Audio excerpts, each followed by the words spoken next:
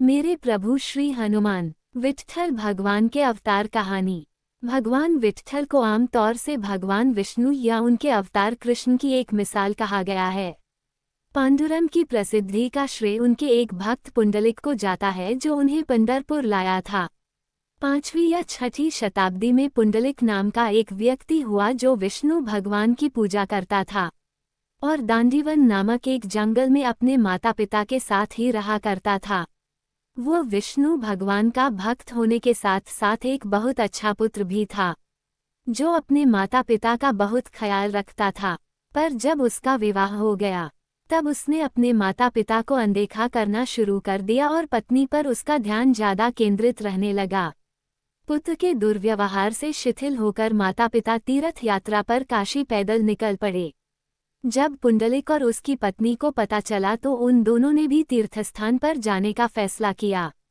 तीर्थस्थान पर पहुंचने के बाद उसकी भेंट माता पिता से होती है जिनसे वह अपने घोड़ों की सेवा तथा अन्य कार्य करने को कहता है, जिससे वो बहुत अप्रसन्न होते हैं। जब भी रात को काफिला रुकता तो पुंडलिक उनसे कठिन कार्य करवाता था। एक दिन काफिला भारत के कुकुटस्वामी के आश्रम पहुंचा जो कि एक समय में अपनी विचारशीलता के लिए उत्कृष्ट था। लंबी यात्रा के चलते यात्री काफी थक गए थे तो उन्होंने सोचा कि क्यों न 2 रातें कुकुटस्वामी के आश्रम में ही बिता ली जाएं। सब लोग रात को वहीं ठहर गए। सारे लोग सो गए पर पुंडलिक को नींद नहीं आ रही थी। कुछ ही समय में वह देखता है कि मिट्टी से मैले कपड़ों में एक बहुत ही सुंदर कन्याओं की टोली आ रही है। ये कन्याएं फर्श धोती हैं, संत के वस्त्र साफ करती हैं। ये सारे कार्यों से निपटने के बाद पूजा कुछ नहीं जाती है कुछ समय। उसके बाद जब वे पूजा कब से बाहर आती है उनके पास एकदम साफ सुथरे और बिना धब्बों के प्रतीत होते हैं। उसके बाद शीघ्र ही वे सभी वहां से बिना किसी स्पष्टीकरण के ओझल हो जाती हैं। पुंडलिक इन कन्याओं से सम्मोहित हो जाता है और उनके बारे में अधिक जानने की कोशिश करता है।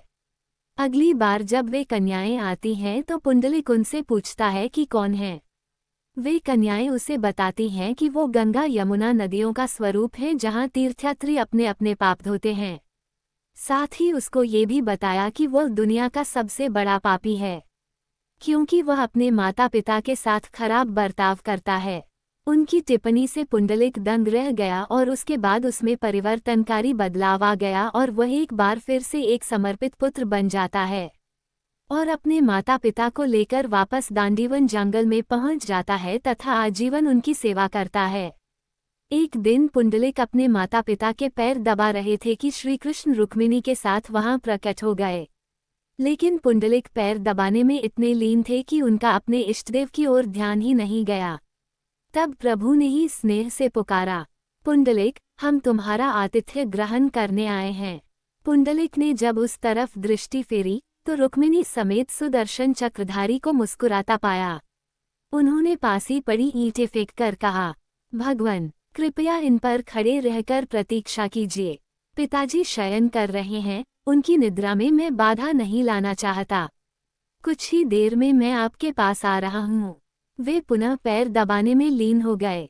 पुंडलिक की सेवा और शुद्ध भाव देख भगवान इतने प्रसन्न हो गए कि कमर पर दोनों हाथ धरे तथा पांवों को जोड़कर वे ईंटों पर खड़े हो गए। किंतु उनके माता पिता को निद्रा आ ही नहीं रही थी। उन्होंने तुरंत आंखें खोल दी। पुंडलिक ने जब ये देखा तो भगवान से कह दिया, आप दोनों ऐसे ही खड़े रहे, और वे पुनः पैर दबाने में मग्न हो गए।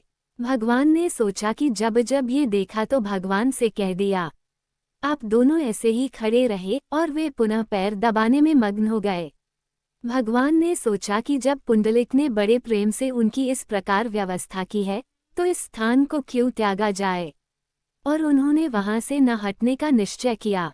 पुंडलिक माता पिता के साथ उसी दिन भगवत धाम चले गए, किंतु श्रीविग्रह के रूप में ईंट पर खड़े होने के कारण भगवान विट्ठल कहलाए और जिस स्थान पर उन्होंने अपने भक्त को दर्शन दिए थे, विठोबा एक शंकु के आकार का मुकुट पहनते हैं जो कि शिवलिंग का प्रतीक है।